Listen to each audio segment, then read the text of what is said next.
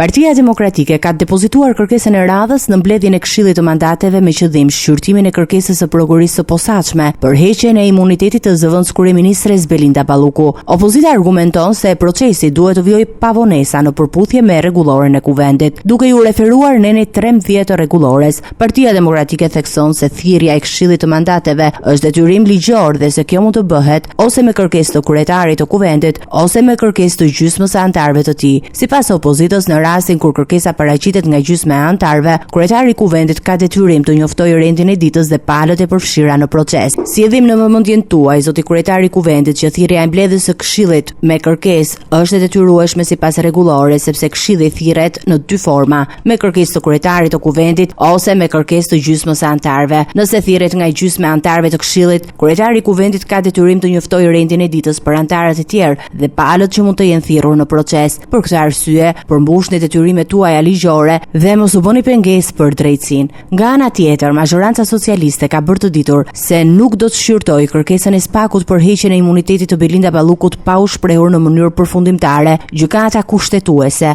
lidhur me masat e sigurisë të vendosura ndaj saj.